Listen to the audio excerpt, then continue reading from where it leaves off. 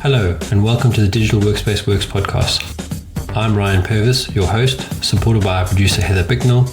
In this series, you'll hear stories and opinions from experts in the field, stories from the front lines, the problems they face and how they solved them, the areas they focused on from technology, people and processes, to the approaches they took that will help you to get to the scripts with the digital workspace inner workings.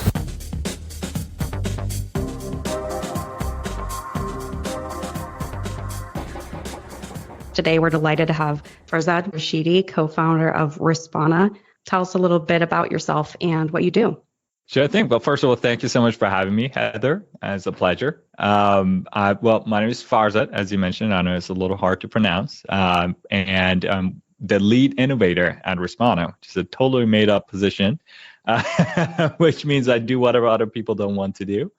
And Respona is a platform that allows other businesses to build relationships with other relevant authoritative publications in their space to build backlinks and increase our organic traffic from Google. Awesome. And we have a standard question we like to ask every guest because we find the answer varies a little bit each time. And as you know, some of the changes we're seeing in the workplace happen. So when it comes to the digital workspace, what does that term mean to you? So, I've been working remote since the beginning of my career, way before it was cool. And, our entire business is run online. And we do have an office here in Rockland, Maryland. It's just a 20-minute drive north of DC.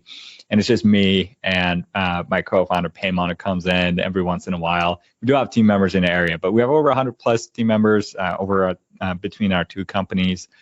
And everybody's been working remote for years since before COVID. So COVID literally changed nothing for us as far as the way we do business. So I would say it's something that it's the only way I know how to do business. So I don't know how else to do business other than the digital environment. So that's what I'm going to put it as. I'd say you're in the minority there for having done it for so long. What was it like before some of the advancements and more of the collaboration apps have come out? Have you seen it? And, is it easier over time to work remotely, or have you not noticed that much of a difference? Well, I mean, definitely. Well, I'm not that old, so Slack was around when I started. So definitely had some tools, obviously, to help us get there. Using Zoom and Slack way before it was mainstream. Mm-hmm. So they've been around since for a while now, and so definitely been utilizing those for quite some time. But as far as collaboration goes, we sort of built the org in a way that wouldn't require constant meetings or face-to-face interactions. Everybody sort of has their own set of goals and responsibilities, and so they take ownerships and sort of how can I put this? They don't bother anyone unless they have a question or they have to talk somewhere. People normally tend to figure things out and sort of take a holistic approach to their tasks, and that's sort of at general, I would say, startup culture in the tech space where people need to wear different hats, and it's not as structured or I would say as segmented as a lot of large organizations. So you sort of have to learn it on the job and play along as it goes. So that's sort of it. Yeah, no, I can relate to that. So you mentioned link building. Our audience might not be super familiar with that term. Could you just break it down for me? Maybe like you'd explain it to someone's grandmother.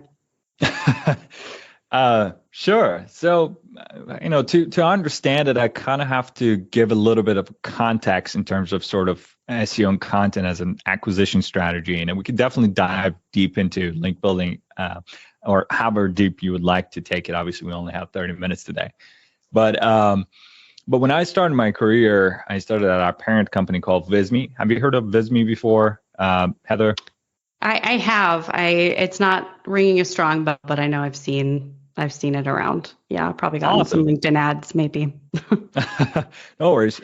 We do actually spend very little on our paid ads, so you've probably seen it organically. But as far as have you heard of tools like Canva? They're more mainstream. Yeah, okay, absolutely. Perfect. Mm-hmm. You're in it probably every day. So we're a little bit different in a way that we're predominantly catering to businesses versus normal consumers. So we predominantly cater to SME and enterprise.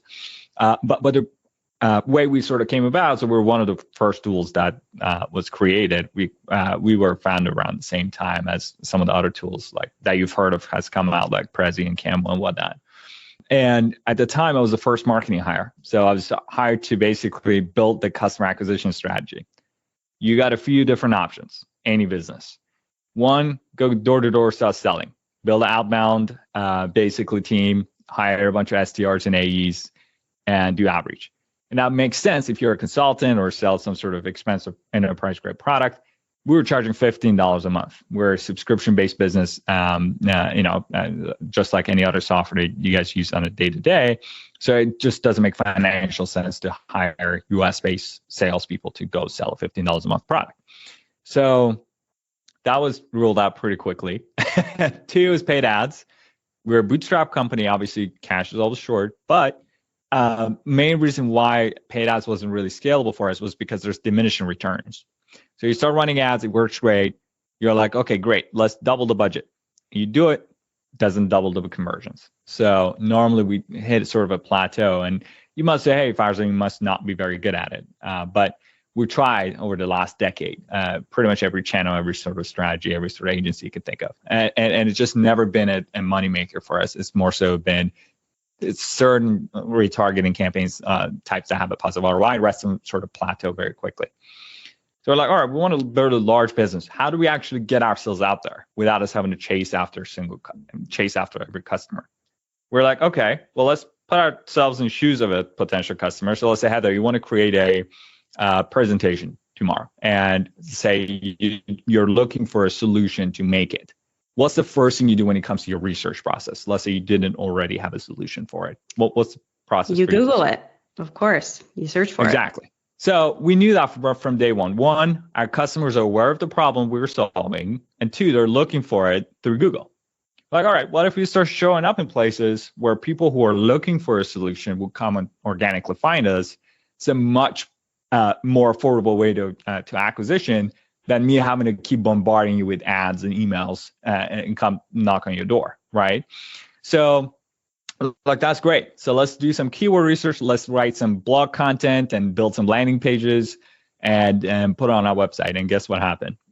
You didn't get the traffic you were hoping to see, I would Exactly. think. It was absolutely crickets. It was zero.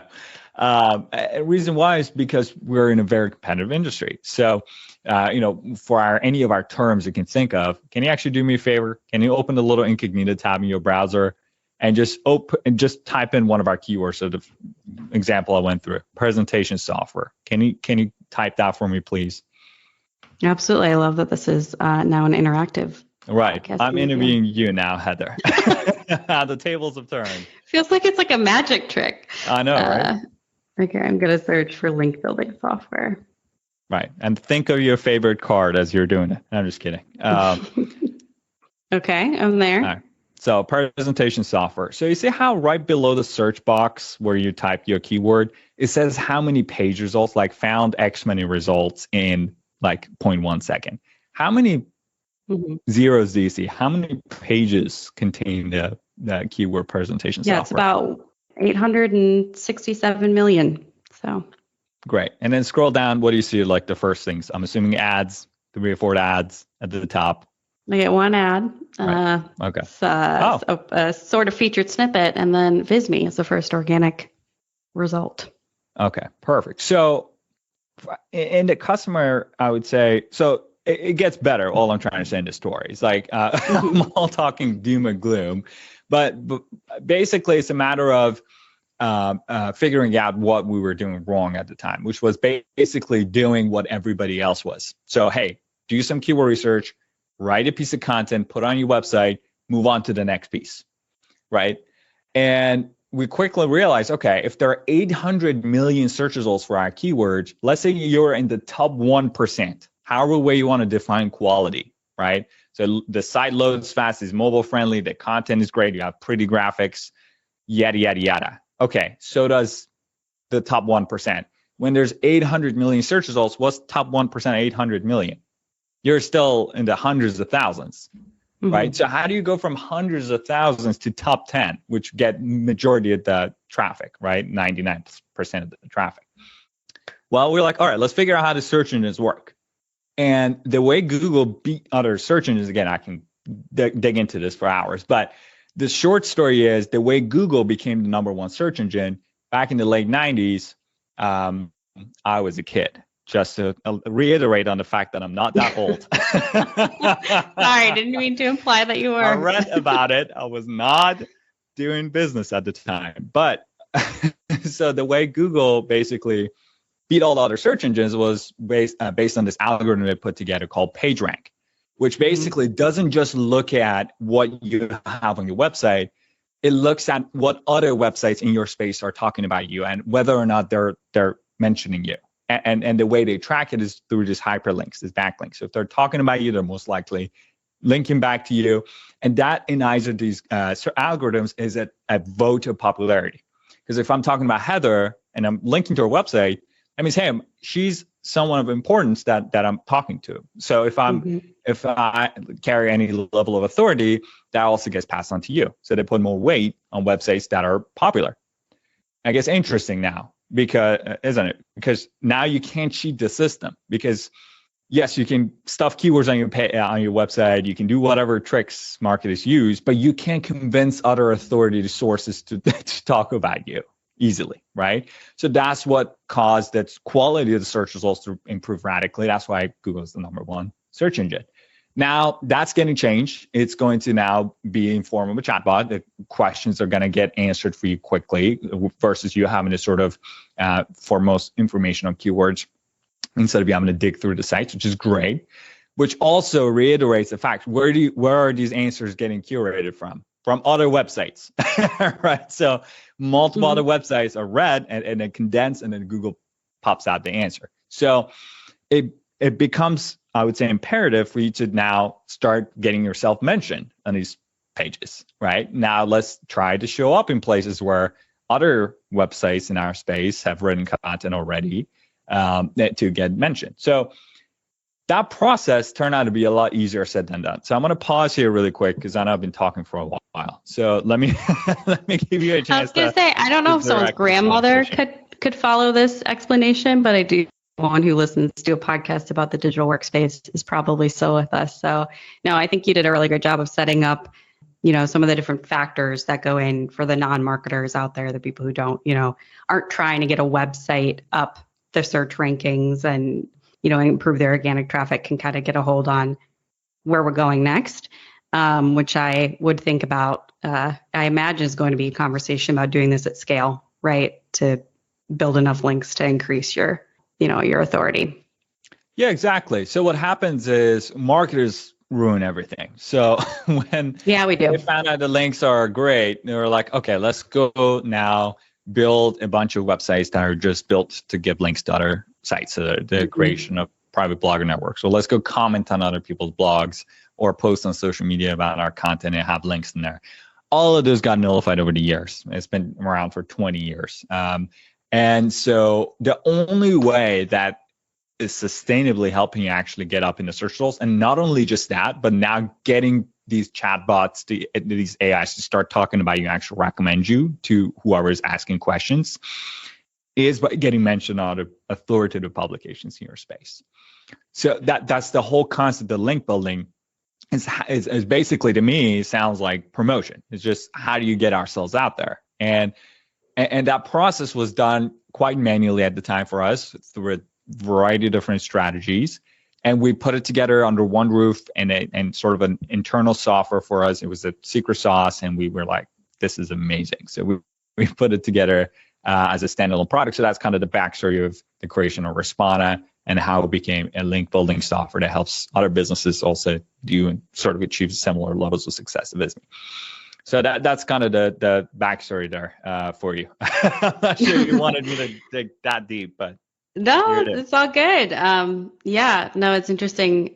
To me, I work in marketing, not as much on the SEO side anymore. Have worked with a number of agencies, so sort of am familiar with more of the tactics and not necessarily having to do them myself. But I do, on occasion receive sort of the other side of it, right? I get reached out to from someone who wants us to put a link on our site.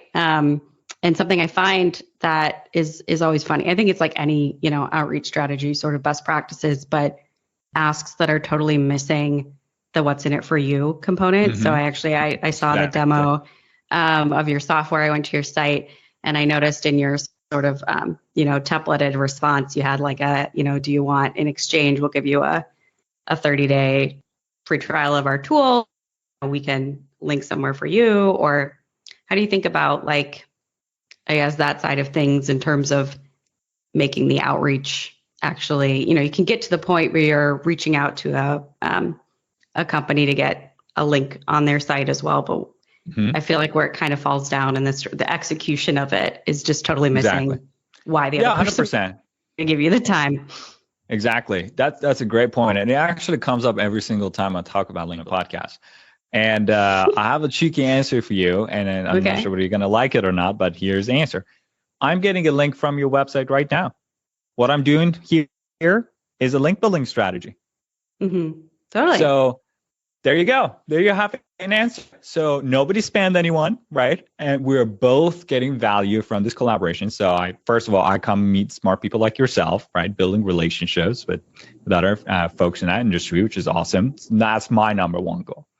2, we're getting free advertising to a niche audience, so whoever's listening to this podcast.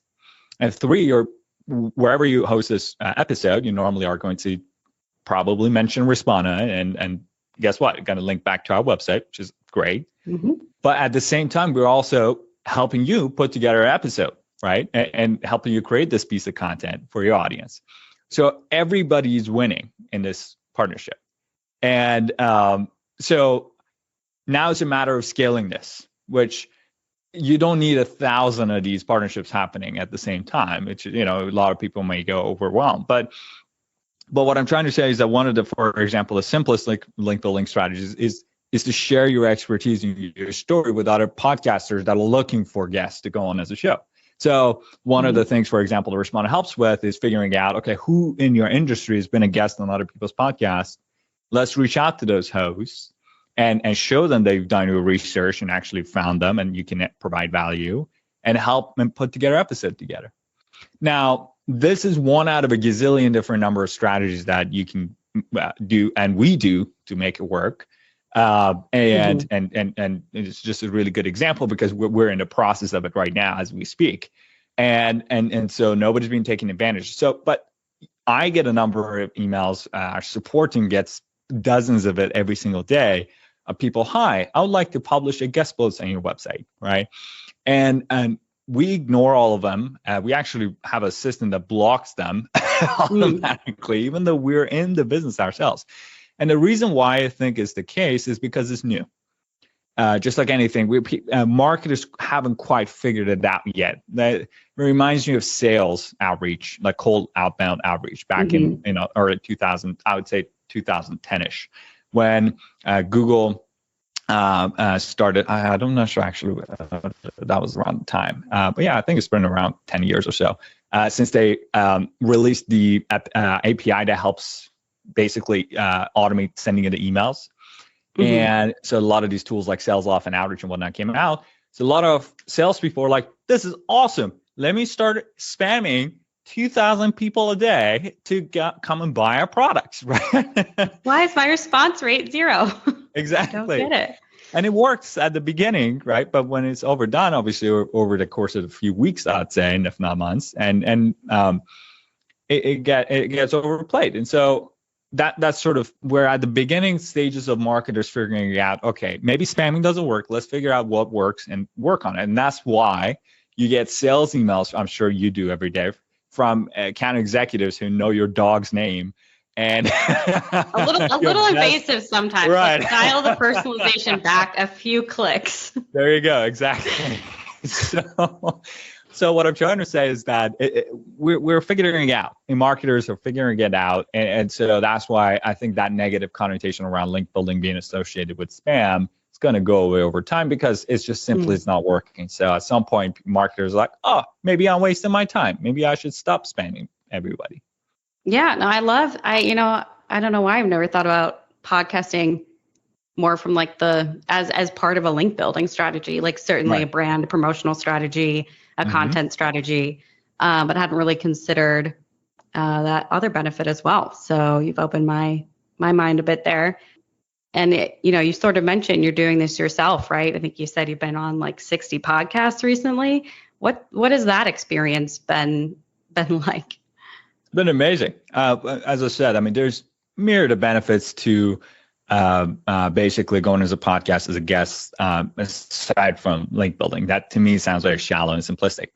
For me, number one way is now we're connected on LinkedIn, right? We see each other's posts, we comment on it, we get introduced to each other's products, and we help each other out, right? So building that relationship with another senior marketer in my space is of utmost importance. That to me is why I spend an hour of my time talking about it, right? While we are having this conversation, we probably have gained 2 or 3 links from other websites that our team does regular outreach for. So, but I prioritize it one a week, one episode every week to meet folks in our industry, and other side effects that come with it. Side effect probably is not the right word, but you know what I mean. So benefits maybe. Exactly. So that's why I continue to prioritize it and spend my time on it. It's just, as I said, we're shooting multiple arrows, how do you say it? Multiple birds with one arrow. There we go. Words. Okay. Yeah, no, for sure. One topic I did want to pick your brain on as well, and you've referenced it a few times, is just what generative AI means for this space and for the future of search. So, we've seen a lot of news and hype around Bing AI, Google Bard, a lot of like positive and negative experiences with the technology. Yeah, I mean, you sort of already alluded to it, but how do you think it will change the nature of search and, the tactics that we as marketers might use? Heather, I'm going to sound like a total tech bro right now, so I apologize in advance. But go for it. We're talking about generative AI, so I think it gives you a license to be a little bro. There we go. Yeah. Yeah, I mean that I can't help it. I have to chime in here. But I think it's kind of like the invention of the internet. Really, we're at the very beginning stages of it. The way I look at it, it's still at its very premature sort of stages. That to me is just it's just indicative of what's to come.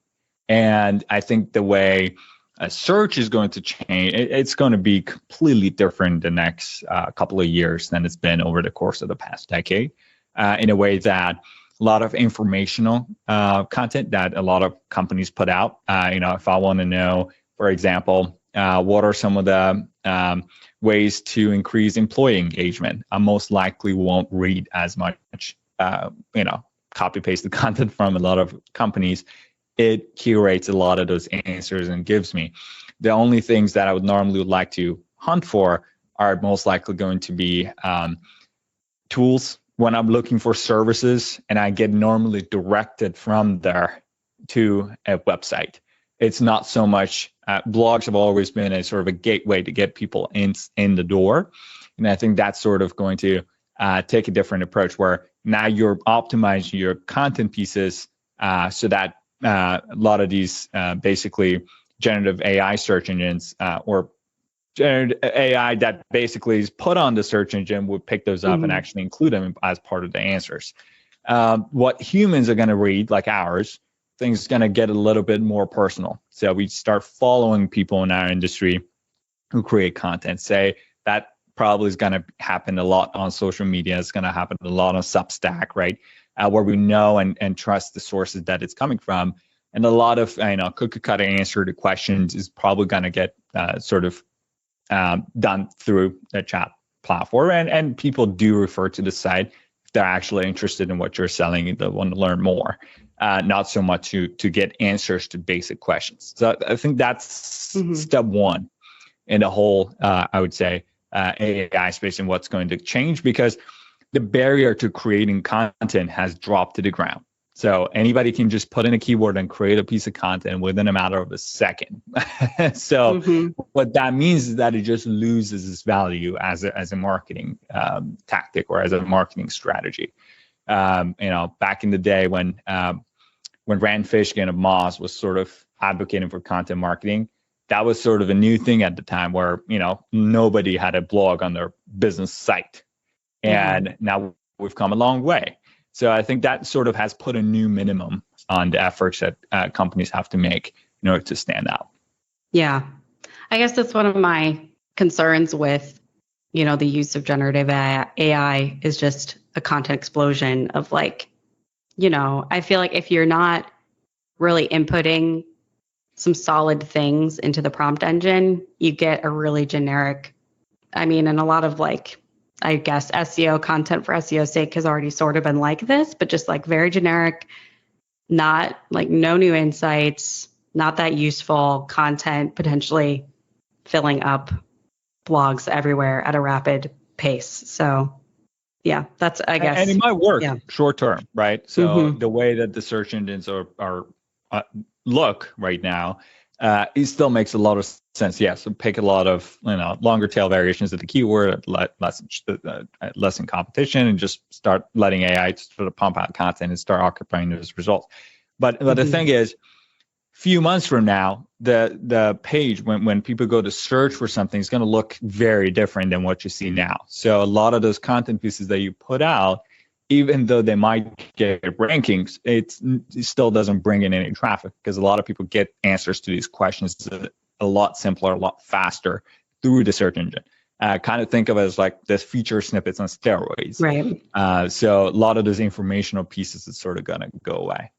Yeah, I'll be interested to see some of the hallucinations there, the AI inaccuracies. And I think if you're a marketer or a business owner out there and you're not already experimenting with some of these things just to see what they say about your own business and your space, and are you showing up, definitely encourage folks to, even maybe your own, I haven't done it with myself yet.